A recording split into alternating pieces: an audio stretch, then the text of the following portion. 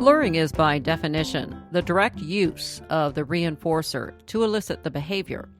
The detail behind that is direct.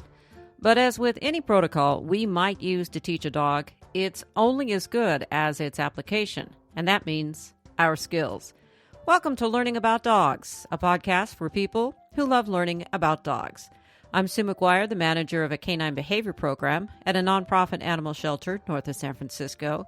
And with me, of course, is Kay Laurence of Learning About Dogs. Kay will be starting a 6-week online course on the skills of luring through Learning About Dogs. The course starts May 8th, and sign-ups are happening now.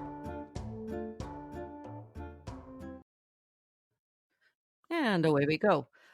We were going to be spending a little bit of time talking about luring in this episode, and I'm just going to read something that you wrote in one of your articles about how it's kind of gotten a bit of a, it's not cool. It's not there's an anti-luring brigade, and I'm a pure shaper, and that's a bunch of hooey, huh? Well, yeah, I'm always interested in how, the general culture gets to a certain point, and often it's just one or two poor views that begin to dominate the understanding of it. And I think luring's one of them. I think if you look at when clicker training first became the go-to religion, luring was the standard training that was not coercive. So it was mostly lure a sit, down a sit, this push-ups and sit-ups and all this sort of stuff where you painted the wall. What's it, the film? Oh, it's wax on, wax off. Where you're just making the dog go up and down like a yo-yo to get the behaviours you wanted. And, I think the new brigade wanted to be something different. We don't do that. That's for what's the word? Luring is for wimps? And it's only in the dog training. Well, it's only in the dog training business. Mm-hmm. You hear people, you talk to Steve Martin, who's the exotic bird trainer, and of course they lure. They have no issues about luring, but they try and set it up so that the parrot or the bird can go without the lure as soon as possible, and I think that's perfectly acceptable. So why are people so frightened of luring? Well, I think it's skillful. I think it takes skills to learn to lure, and they don't want to have the time to do it. Do you think it's also a little bit about having too much of a narrow definition of what luring is and luring can be? But when I see somebody training and what they perceive luring to be, I'm almost at the point of going, oh, I see now why you wouldn't do it. Because if I thought that's what luring was, I wouldn't do it either. So I tend to view it as using the reinforcer to elicit the behavior, a direct use of the reinforcer to elicit the behavior, the direct being the measurable term, because the minute you strap on a bait bag, you're starting to lure. In actual fact, just having food in the area is luring without guidance, which I think is probably harder, because it's like somebody putting dinner on the table, but you don't know what you've got to do before you're going to be allowed to eat it. Mm-hmm. You've got to say the right word. How about please? No, that's not the right word. So just having information to be able to know what you've got to do to get that reinforcement, to me, is what we should always be doing. We should always be providing information, not just saying, I've got food and you've got to earn it. Whoa, it's your problem, not mine. Mm-hmm. You always like to say that in some ways, shape, or form, we are always luring. I think we're always luring to some degree. If the dog can scent food, then we're luring. So the question now becomes how direct is the lure? So I think at one extreme you've got no help whatsoever, which is just you've opened the pot of food, you've said the bait bags, the shop's open, now what you're going to do. And then at the other end, you've got the food right up the dog's nose, and it's on the nose, and it's eat and nibble as we go.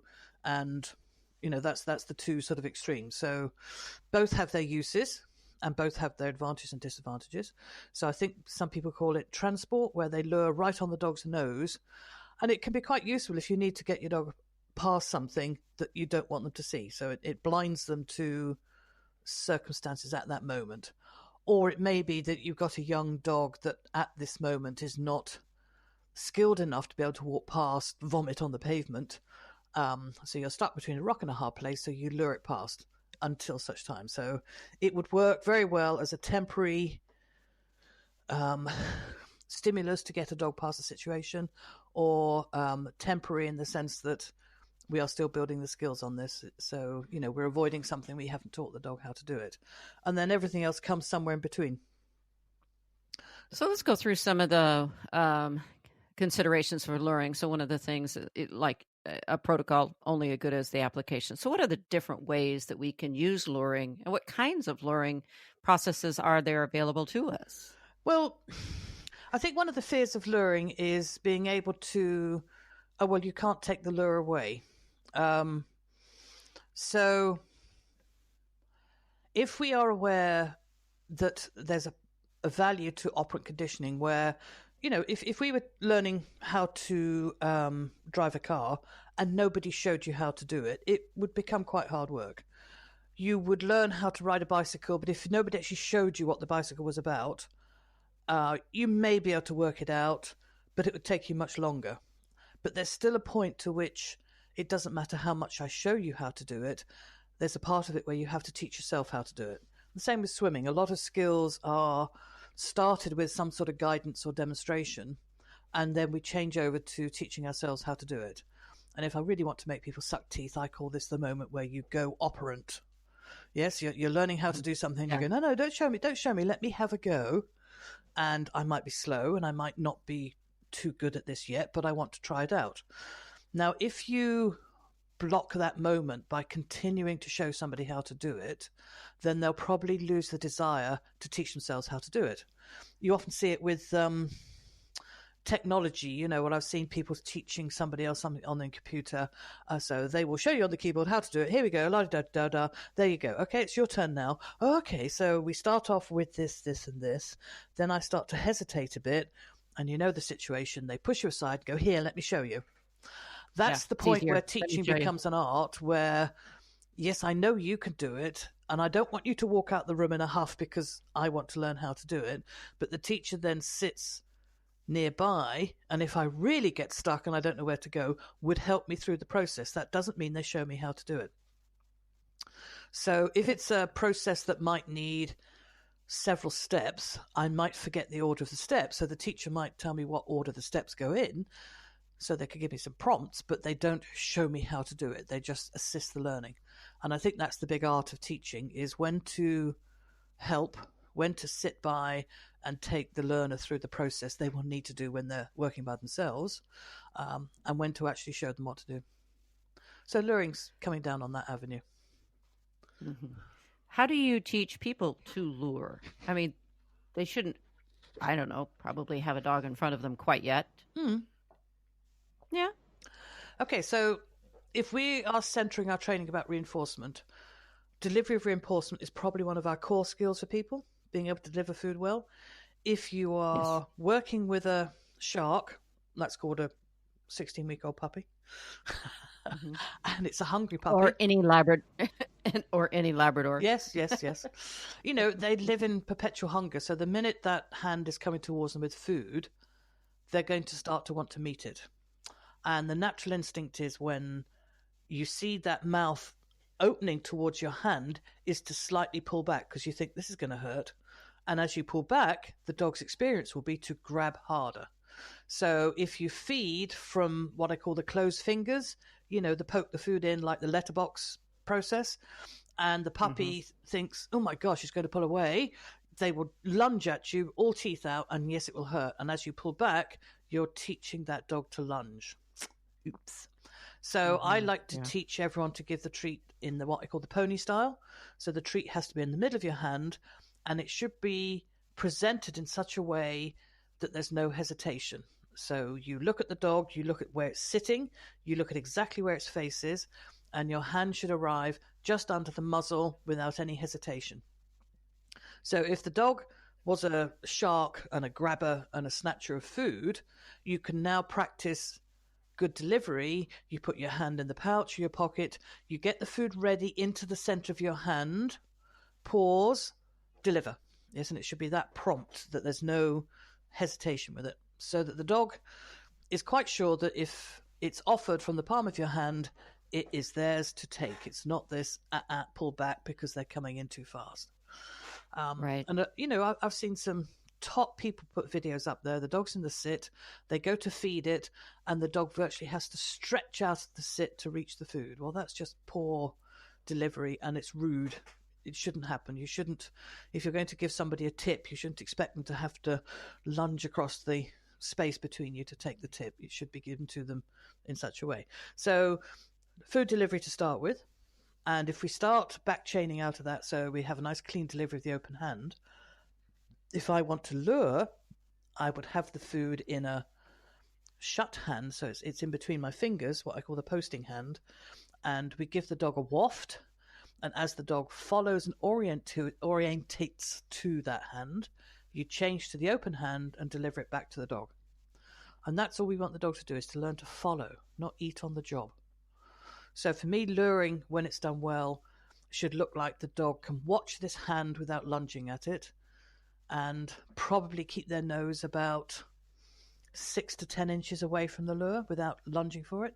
And then as you change your hand to the give, that becomes your future marker. So people are learning very quickly the difference between, let me show you how to go around a cone, let me show you how to go under a chair, let me show you how to take a step forward.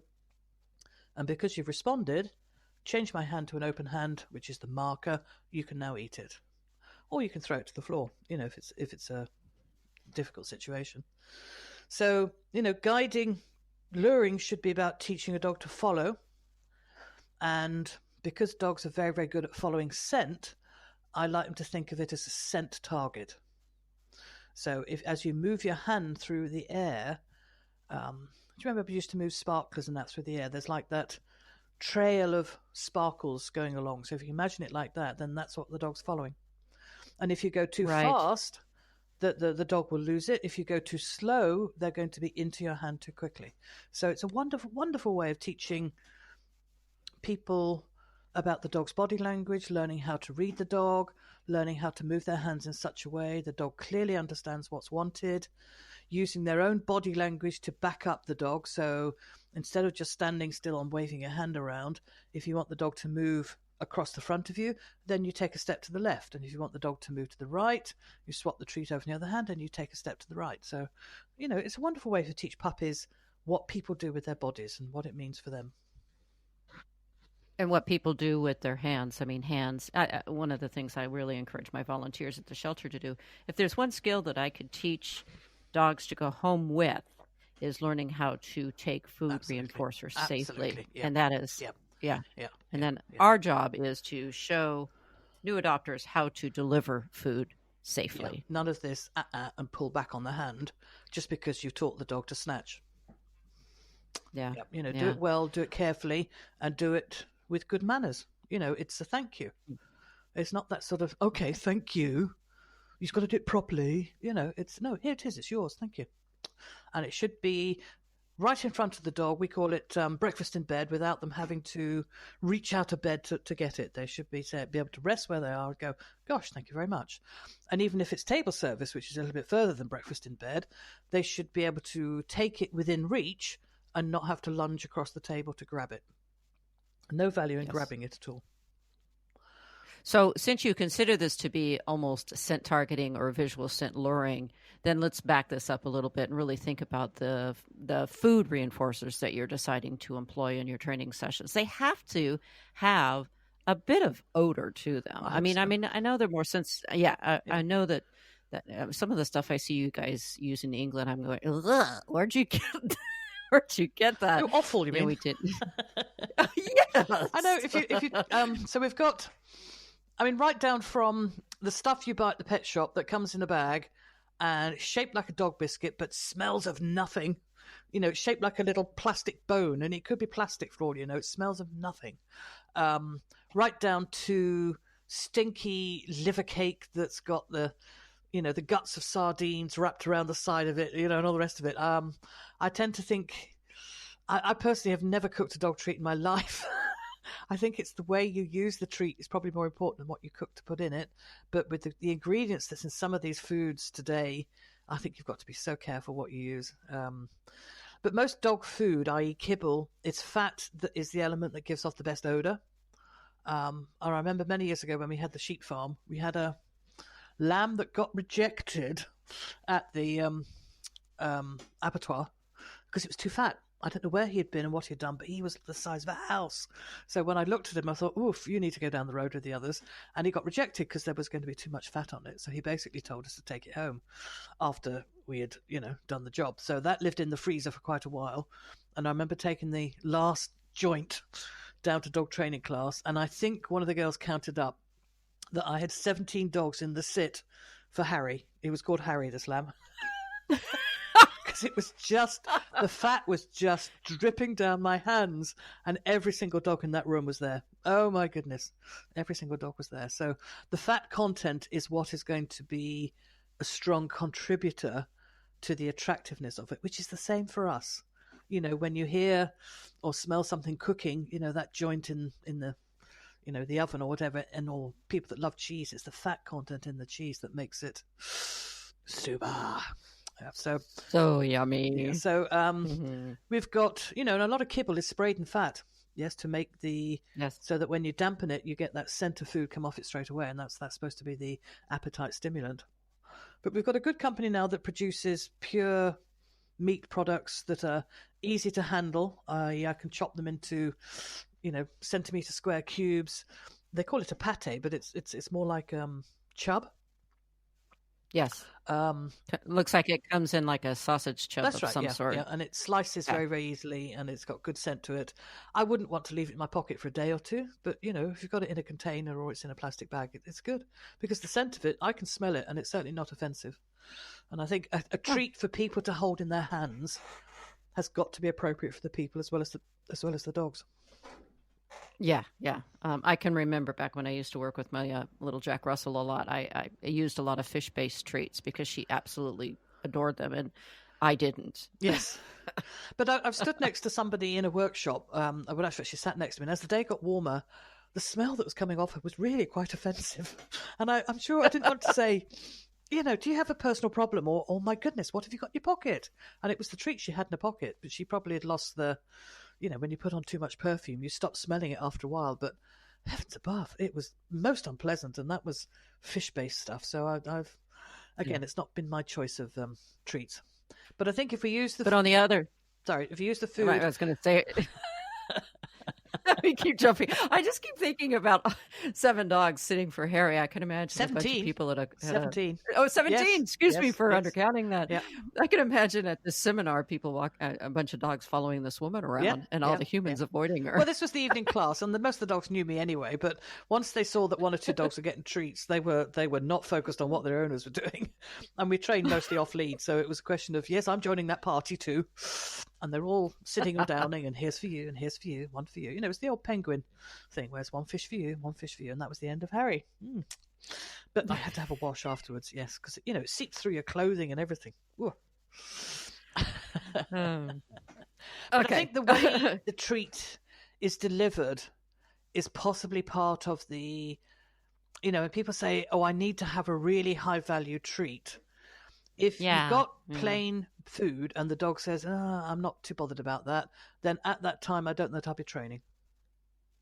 If the dog is not prepared to go, if all other things considered, this is something I would like, then I don't know that we necessarily need to change the food. I think we need to change the way we deliver the food.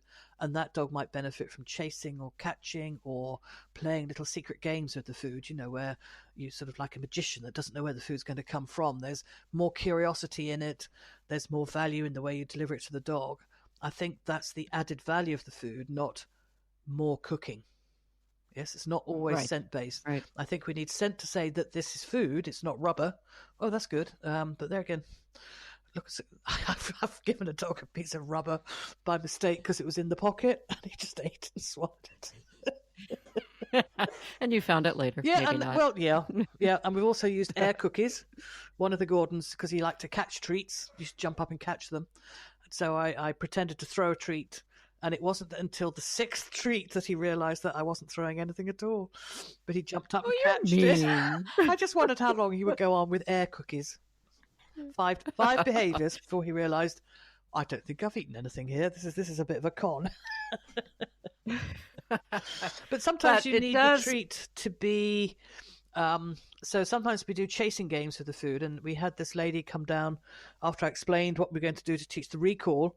She came down with mozzarella balls. No, I'm not a cheese eater, so I don't shop in that section. But these were like white ping pong balls. And as she lobbed them down the room, I have never seen a dog that was disinterested in food have so much fun. Little terrier type of thing. And it absolutely belted across that room. So, of course, we got fantastic recalls because it was anticipating kill chase. But then I looked at the price of these mozzarella balls and the amount of fluff it picked up and dirt on the way as it went across the room. But functionally, it was good. The dog could see it, it moved, and the dog wanted it when it actually stopped moving. So if I need to have what I call a good chasing food, I will cook breast of chicken, cube it up so I don't fully cook it. I cook it probably for 70 or 80%. Cube it up. I wouldn't eat it myself at this stage. It's still slightly pinky. Into good, say, 1-inch squares, 1-inch chunks. I then put it back in the oven covered in oil, shunt it around quite a bit, take the heat off the oven till it's down to about, the lowest it can go for about an hour. And what happens is the outside crisps up because it's covered in oil. And then when you bung that chicken across the floor, it'll bounce. It'll bounce in the most attractive way you've ever seen. And you've got chasing chicken. So chasing chicken is for those situations where you need the extra bit of activity in it. Chasing chicken. Gosh. We are going into reinforcement, and we can't help but go through reinforcement when we talk about luring. But let's talk about luring, just the absolute grind it down to using the lures. And then what are some of the more common mistakes that people make with luring? One of the things I see is people not trusting their dogs and keeping the lure too long. Well, it tends to turn into baiting and teasing, which if you sort of half offer it and take it away, half offer it and take it away, that is just unethical. That's just horrible to see. So you need to be clear about what you want the dog to do. So the very first thing is the dog's going to follow your hand wherever you take it. So one of our first exercises is teaching people to walk the dog to the left, walk the dog to the right. And you think, oh, that's easy. But then you start to incorporate a turn. So the dog walks to the left, turns around, walks to the right. Now that might mean you've got to swap hands with the treat, but you want the dog to be able to see you do it. So you've got to be able to judge how to maintain a focus but not be so slow that the dog starts to grab it. You've also got to become aware of the sort of amount of space a dog needs to turn around and how they turn around. Do they turn around with their head in the air, or is their head going down as they turn around? And it's nearly always they will turn around with their head heading downwards as they go around. So we do little games where if you're going to lure a behavior, I want you to know where the head is going to go. So luring is really only for behaviors where it goes nose first. I wouldn't lure a dog to walk backwards, for instance. So if the dog's going to sit, where would the head be when it has sat? And most people look at me squinty-eyed on that. So let's have a look at a dog. Oh, there's a dog going to sit. Look at that. Where's its head when it's sat? So if this particular dog sits forwards by choice, then you'd use the lure slightly, pulling the dog, and its head's moving upwards, the muzzle moving upwards slightly. Excuse me. But if this is a dog that sits backwards, then you'd use the opposite. The food would go back above the dog's ears, and then as you see the butt start to hit the ground, down would come the food underneath its face. How does the dog lie down? So I think luring, when taught well, has to incorporate how does this movement happen for this dog when there's no human intervention. Because very often people lure a dog to sit badly. And that's one of the things that is, another area. If you're going to do a job a lot of repetition. So say you're going to use a computer mouse hundreds of times a day, just one slight misangle of your wrist, and that will start to cause issues further down the road. So a small movement that's probably not requiring a lot of fitness, done slightly out of balance, as that multiplies the more times you do it, the faster that is going to go wrong. So if a dog's going to sit for their own pleasure in the garden to watch the birds, or if you're going to ask a dog to sit maybe 10 times a day, you want them to sit to put them on a lead, you want them to sit before you put the breakfast on the floor, you want them to sit before they go out the door, you want them to sit because you've got a bit of toast left over, you may ask a dog to sit for you 10 times a day. Every day, that's 3,650 sits you've asked for over 5 years. Now, if that sit was structurally unbalanced for that dog, not only have you pushed the dog into a potential orthopedic issue, but you've also made it uncomfortable as well. And the minute we reinforce it, we're exaggerating the effort or the effect of what we're actually having on it. So teaching a dog to sit well, ask somebody to just eyeball this and check, is this the right sort of action this dog should be doing? You know, I see a lot of puppies sit and they don't sit so much as collapse at the rear end. So the pelvis is all rocked badly. There's like a kink in the middle of the back. The knees are tucked out. And if it's a male Labrador dog, everything's hanging on the floor at the same time. And they carry on reinforcing that for the next 5 years. Well, this is not how a male Labrador should sit. By the time he's 9 months old, he should be able to hold his pelvis upright and bend his knees properly. You know, so just carrying on sitting in the puppy style would not be good for person or dog. You know, it needs to be done well. And of course, we're giving it reinforcement, so we're exaggerating it all the time. There you are, hating on the sit again there, Kay. Well, hating on the sit. It's very burdened, I think, as a behaviour. Very burdened. And that's our social history of perceiving that the sit is the obedient dog. Sit is the dog, you know, but if it's not done well, it's the same as you sitting badly at a desk year after year after year when you work. And if you speak to anybody that's had back problems, that's a killer. That's a killer. Yes, absolutely. If your interest is piqued and you want to learn more about the skills and application of luring, take a look at the episode notes for links to more information. There is also a link to sign up for the 6-week online course on the skills of luring. That course starts May 8th on learningaboutdogs.com. Thanks for listening. Please leave a review on iTunes and also tell a friend if you're a fan of the podcast.